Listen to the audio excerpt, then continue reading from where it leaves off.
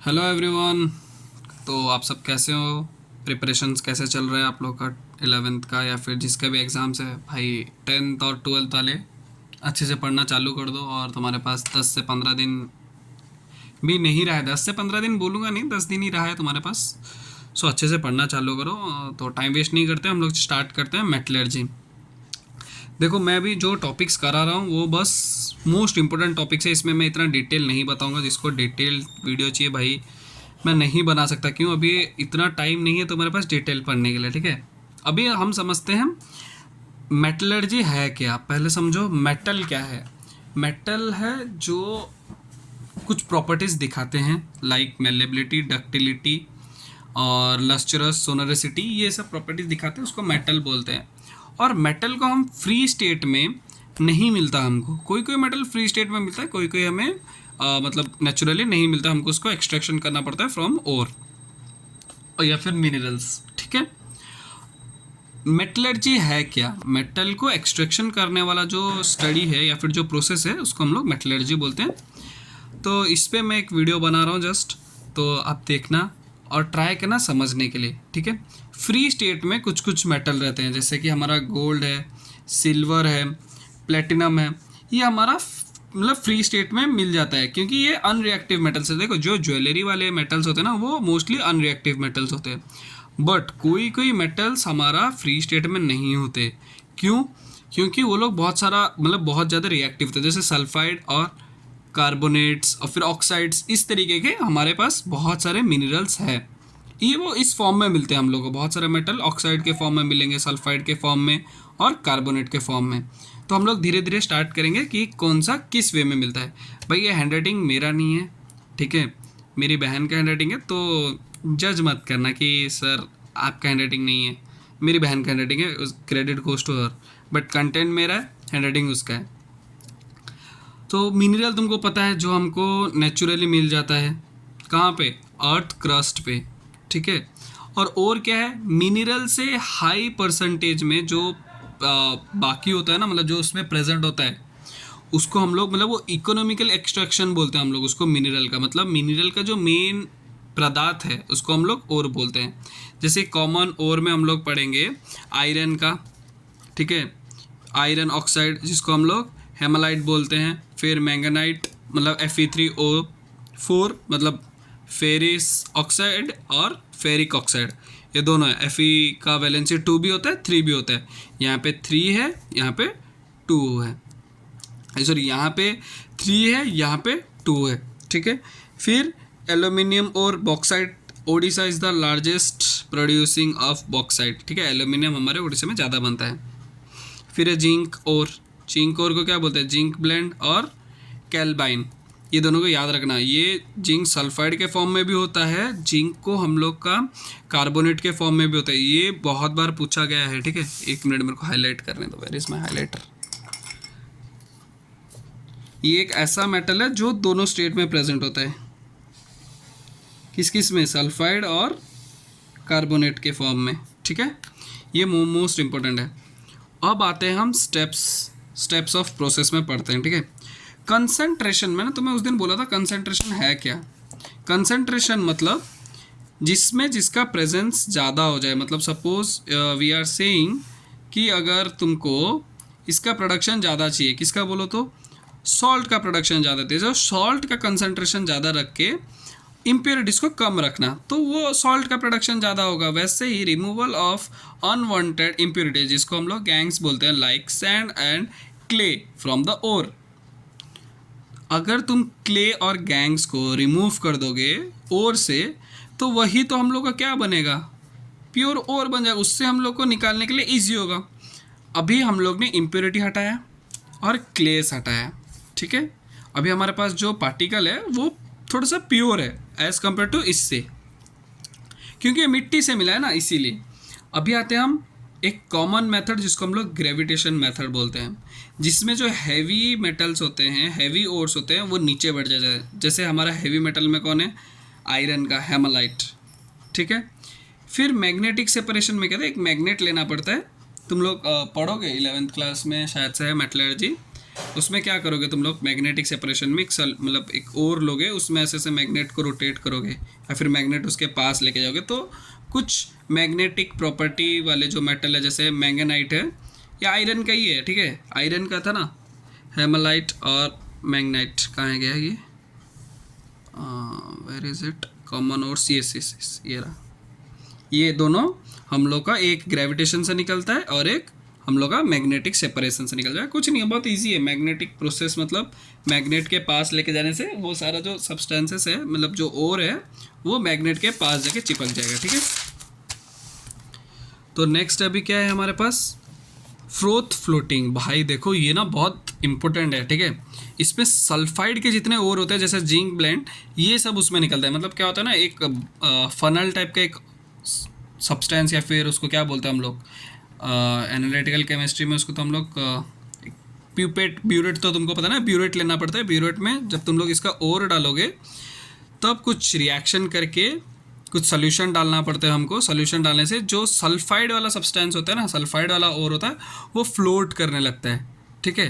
वो यहाँ पे है, इसमें ज़्यादा डिटेल नहीं करना, इसलिए मैं जस्ट हल्का हल्का बोला। मतलब एक बीकर लेना या फिर ब्यूरेट, ब्यूरेट में इसका जो ओर होता है सल्फाइड का ओर, उसमें जब डालोगे उसमें एक सोल्यूशन डालना पड़ता है, केमिकल सोल्यूशन। जब तुम डालोगे सल्फाइड वाला जो ओर है वो ऊपर फ्लोट करेगा। अभी हमारे पास एक लीचिंग प्रोसेस, भाई ये भी बहुत इंपॉर्टेंट है। इसमें क्या होता है ना, हम लोग केमिकल को डिज़ोल्व करवा लेते हैं। मतलब सपोज़ आपने एल्यूमिनियम का ऑक्साइड लिया है, या फिर एल्यूमिनियम को जो बॉक्साइट है, बॉक्साइट को लिया है, उसको जब तुम लोग डिज़ोल्व करा दोगे, किस में डिज़ोल्व कराओगे, एक केमिकल डाल के, ठीक है। जब उसमें तुम केमिकल डाल के डिज़ोल्व करा दोगे, तब तुम्हारे पास जो मतलब मेन प्रोडक्ट जो डिज़ोल्व हो गया होगा ना, वही तुम्हारा बॉक्साइट होगा। देखो जो चीज़ डिज़ोल्व होगा वही तुमको चाहिए, हमको जो चीज़ डिज़ोल्व हुआ होगा वही हमारा एक मेन कंपोनेंट है। तो इसीलिए जो डिज़ोल्व वाला प्रोडक्ट को हम इजीली एक्सट्रैक्ट कर सकते हैं। अब आते हैं हम एक्सट्रैक्शन ऑफ मेटल फ्रॉम ओर। अभी हम ओर को प्योरीफाई कर रहे थे, ओर तक हम पहुंच गए, अभी ओर से हम मेटल निकालेंगे, ठीक है। देखो हम लोग ने पढ़ा है कि कुछ कुछ मेटल होते हैं हाईली रिएक्टिव और एक होते हैं लो रिएक्टिव, ठीक है। पहले हम लोग पढ़ेंगे लो रिएक्टिव, जैसे कि मैंने बोला था कॉपर, गोल्ड, फिर प्लेटिनम, मर्करी, फिर सिल्वर, ये सब हमको नॉर्मली लो रिएक्टिव, क्योंकि ये सब हमारा ज्वेलरी मेकिंग में मिलता है, ठीक है। तो हम लोग का जो भी फ्री स्टेट ऑफ मेटल होता है ना, वो सब यूज़ माइल्ड हीटिंग, मतलब उसको तुम हल्का सा हीट करोगे उसके ओर को, तुमको उसका प्योर फॉर्म ऑफ मेटल मिल जाएगा। But mercury from carbine, carbine को याद रखो, कार्बाइन से हमको मर्करी मिलता है, उसके लिए हमको रिएक्शन करना पड़ता है ऑक्सीजन के प्रेजेंस में, देन हम लोग का मर्करी अलग आ जाएगा और सल्फर डाइऑक्साइड, ये गैस है, ये लिबरेट हो जाएगा। क्यों, मर्करी हमारा लिक्विड स्टेट में होगा, ठीक है। इसको तुमको सल्फर ऑक्साइड, मतलब मर्करी सल्फाइड को, कार्बाइन जिसको हम लोग बोलते हैं, उसको ऑक्सीजन के प्रेजेंस में जब तुम हीट करोगे, माइल्ड हीट ही करना पड़ेगा, इतना भी ज़्यादा हीट नहीं करना, ठीक है। उसको जब हीट कर दोगे ना, तो अब तुम्हारा मर्करी लिक्विड अलग हो जाएगा और हमारा गैस SO2 अलग हो जाएगा। फिर अभी हम लोग पढ़ेंगे जो हम लोग का मॉडरेट लेवल के रिएक्टिव मेटल है, जैसे कि हम लोग का जिंक है, आयरन है, Pb मतलब लेड है, कॉपर है, ये सब को हम लोग कैसे निकाल सकते हैं। पहला है रोस्टिंग। रोस्टिंग को हम लोग सिंपल याद रखेंगे, रोस्टिंग पूछा जाता है इसीलिए मैं बता रहा हूँ, एक minute, where is my highlighter, ये रहा। रोस्टिंग हम लोग का बहुत बार पूछा गया है, ठीक है। रोस्टिंग को और कैल्किनेशन को हम लोग इजीली याद रख सकते हैं। रोस्टिंग में क्या होता है, सल्फाइड ओर को ऑक्सीजन के प्रेजेंस में जब हीट अप किया जाता है ना, तब हम लोग का माइल्ड जो है, मतलब मॉडरेट लेवल के मेटल्स, वो एक्सट्रैक्ट हो जाता है। कैल्कुलेशन मतलब हीटिंग करना है सेम, बट हम लोग का कार्बोनेट होना चाहिए, कार्बोनेट का ओर्स, लाइक जिंक कार्बोनेट, ठीक है। इसमें सल्फाइड होगा रोस्टिंग में, इसमें कैल्कुलेशन सी लग रहा है, मतलब कार्बोनेट टाइप का स्पेल भी कर रहा है, तो इधर हमको कार्बोनेट को लेना है। जैसे इधर जिंक सल्फाइड को ले ऑक्सीजन के प्रेजेंस में, इधर सल्फर डाइऑक्साइड बाहर निकल गया, गैस है ये भी गैस है, दिस इज अ गैस, ठीक है। मैंने लिबरेशन साइन नहीं दिया। रिएक्शंस को याद रखना भाई, रिएक्शंस याद रखना है, रिएक्शंस पूछेगा एग्जाम में इस बार 101% आने का ज़्यादा से ज़्यादा चांसेस है, यही दोनों आने का, ठीक है। तो इधर जिंक ऑक्साइड निकल जाएगा, जिंक ऑक्साइड निकल गया, फिर तुम्हारे लिए इजी बन जाएगा। फिर इधर कार्बोनेट वाला, सेम जिंक ऑक्साइड बन गया, जिंक कार्बोनेट लोगे, जिंक कार्बोनेट को जब तुम हीटअप करोगे तो हम लोग का क्या बन जाएगा, zinc oxide plus carbon dioxide, वो बाहर निकल जाएगा। अभी आते हैं हम कोक को प्रोडक्शन को, रिडक्शन यूजिंग कार्बन, कार्बन का भी किस फॉर्म को, कोक को। फॉर एग्जांपल आयरन का जो ऑक्साइड है उसको 3 कार्बन के प्रेजेंस में जब मतलब हीटअप करोगे, हीटअप तो नहीं, इसको रिएक्ट करोगे, खाली हीटअप नहीं करना है भाई, इसमें मेटलर्जी में बहुत सारा अलग अलग प्रोसेसेस होते हैं, ठीक है। अगर तुम रिएक्ट कर रहे हो तो हम लोग का आयरन निकलेगा और कार्बन मोनोऑक्साइड निकलेगा, इसलिए ये थोड़ा डेंजरस होता है, ठीक है। कोक को हम लोग इतना यूज़ नहीं करते हैं, बट थोड़ा डेंजरस है कार्बन मोनोऑक्साइड ना, थोड़ा सा ज़्यादा क्रिटिकल हो जाता है। नेक्स्ट आते हैं हम extraction of highly reactive metal, जैसे सोडियम, पोटाशियम, कैल्शियम, मैग्नीशियम और एल्यूमिनियम। आपको क्लियर दिख रहा है क्या?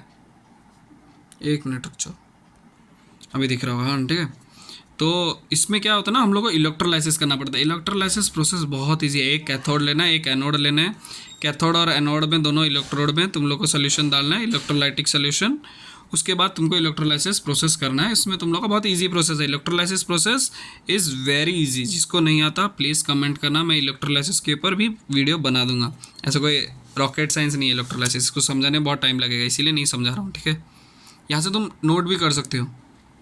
नेक्स्ट आते हैं, अभी हम लोग का मेटल बन चुका है, मेटल को रिफाइन करना है, रिफाइनिंग ऑफ मेटल। देखो जब भी मेटल बनता है उसके साथ कुछ ना कुछ इम्प्योरिटीज आता है, तो इम्प्योरिटी आता है तो इम्प्योरिटी को रिमूव करना पड़ेगा। तो अभी हम लोग क्या करेंगे, इलेक्ट्रोलाइटिक रिफाइनिंग का यूज़ करेंगे। क्यों? क्योंकि उससे कॉपर, एल्यूमिनियम, जिंक और सिल्वर, गोल्ड, ये सब इजीली रिमूव हो जाता है। क्यों? कैथोड और एनोड में जब तुम सॉल्ट सॉल्यूशन ले लोगे एक इलेक्ट्रोलाइसिस के बेसिस पे, तो हम लोग को जो प्योर मेटल है वो कैथोड पे डिपॉजिट हो जाएगा। क्यों कैथोड पे डिपॉजिट होगा ये तुम मुझे कमेंट में बताना, ठीक है। ठीक है, मैं ही बता देता हूँ भाई, कोई बात नहीं, मेरे को रहा नहीं जा रहा है वो आंसर बताने के लिए। क्योंकि एनोड के नीचे ना हर वक्त याद रखना इम्प्योरिटीज रह जाता है, क्योंकि वो एनोड मड नीचे रहता है। इम्प्योरिटीज क्या है, एनोड मड है, और कैथोड क्या है, पॉजिटिव है। तो पॉजिटिव वाला किधर जाएगा? जो तुम अगर अच्छे बच्चे हो तो तुम्हारा दोस्ती का जो संगठन है वो अच्छे बच्चों के साथ रहेगा। अगर तुम थोड़ा सा मजाक मस्ती करने वाले में, या फिर मेरे टाइप के बच्चे हो, मैं जैसे हुआ करता था अपने स्टूडेंट कैरियर में, तो तुम थोड़ा सा मजाक मस्ती में ज़्यादा फोकस करो, तुम्हारे दोस्त भी वैसे ही होंगे, ठीक है। वैसे ही अगर ये सब क्या है, पॉजिटिव आयन है, पॉजिटिव कैटायंस बोलते हैं हम लोग इसको, तो ये कैथोड की तरफ जाएंगे, ठीक है। फिर आता है हम डिस्टिलेशन। डिस्टिलेशन बहुत इजी प्रोसेस है, जिसमें हम लोग का जिंक और mercury, heavy metals easily removed हो जाते हैं डिस्टिलेशन प्रोसेस की वजह से। लिक्विडिफिकेशन, लिक्विडिफिकेशन में क्या है ना, एक सम अमाउंट ऑफ तुमको टेम्परेचर देना पड़ेगा, जहाँ पे SN, क्या बोलते हैं SN को, चलो इसको तुम कमेंट में बताना, ठीक है। और PB, लेड को हम लोग को लिक्विडिफिकेशन करके निकालना पड़ता है। क्यों? लेड हमारा मोस्टली सॉलिड फॉर्म में होता है। फिर आते हैं कोरिजन। कोरिजन है क्या? कोरिजन मतलब जब वाटर ड्रॉपलेट हमारा कोई भी मेटल पे आ जाता है तो हम लोग उसको मॉइस्चर के प्रेजेंस में वो ऑक्साइड बना लेता है। क्यों? वाटर ड्रॉपलेट में होते हैं हमारे कार्बन ऑक्सीजन। ऑक्सीजन का प्रेजेंस अगर आ गया किस पे, मेटल पे, क्यों? एनवायरमेंटल फैक्टर की वजह, ह्यूमिडिटी की वजह से, बारिश के, कुछ भी हो सकता है, बहुत सारे रीजंस है। तो हम लोग उसको रस्टिंग बोलते हैं। रस्टिंग का फॉर्मूला याद रखना भाई, बड़ा इंपॉर्टेंट है रस्टिंग का फॉर्मूला, ठीक है। तो ये अगर हो गया तो हम लोग इसको बोलते हैं कोरिजन, ठीक है। अभी अगर कोई चीज़ होता है, तुम्हें अगर बीमारी होता है, तो हम उससे पहले prevention is better than cure, science में हम पढ़ के आ रहे हैं। तो उससे कोरिजन से हम कैसे बच सकते हैं? एक है गैल्विनेशन। गैल्विनेशन मतलब जब तुम एक कोट कर दोगे, किसका? जिंक का। क्यों? रस्ट से बचाने के लिए, ठीक है।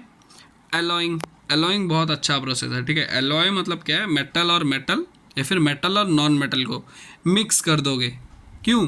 उसमें रस्ट नहीं होगा। देखो एक मेटल है, मेटल मोस्टली मेटल्स में ही रस्टिंग वस्टिंग लगता है, नॉन मेटल में नहीं लगता। तो दोनों को मिला दिया, नया एक बना दिया, उसमें नहीं लगेगा। पेंटिंग, ग्रीसिंग, ये सब तो तुम्हारे लिए इजी है, पेंटिंग और ग्रीसिंग हम लोग नॉर्मली भी करते हैं।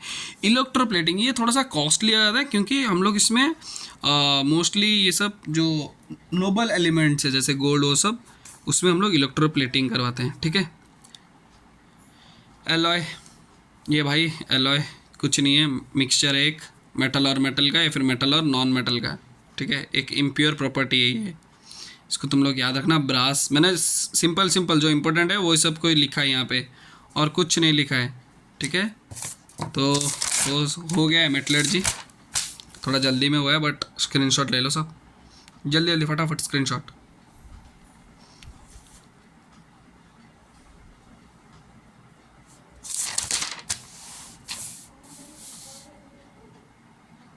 भाई कोई बोल क्यों नहीं रहे हो मुझे कि कैसा पढ़ाई चल रहा है, क्या हो रहा है? कुछ नहीं, थोड़ा दिखाओ यार, प्यार दिखाओ। चलो आज सब कमेंट करो, सब अपने आप का मतलब प्रिपरेशन को कितना नंबर दे रहे हो, प्रिपरेशन कैसे चल रहा है, ठीक है। सब अपने आप को नंबर देना 10 से, और ऑनेस्ट नंबर देना। मैं देखना चाहता हूँ यार कितना मतलब पढ़े हो तुम लोग, कहीं से तो पढ़े होंगे, कुछ तो पढ़ा होगा, कुछ तो बोलना भाई कमेंट में, ठीक है। चलो मिलते हैं नेक्स्ट वीडियो में, होगा तो एक नया थोड़ा सोच रहा हूँ कि एसएसटी के ऊपर एक वीडियो बनाऊँ, नेशनलिज्म इन इंडिया, ट्राई करता हूँ, ठीक है। चलो hope you enjoy the video, love you all, bye bye, take care.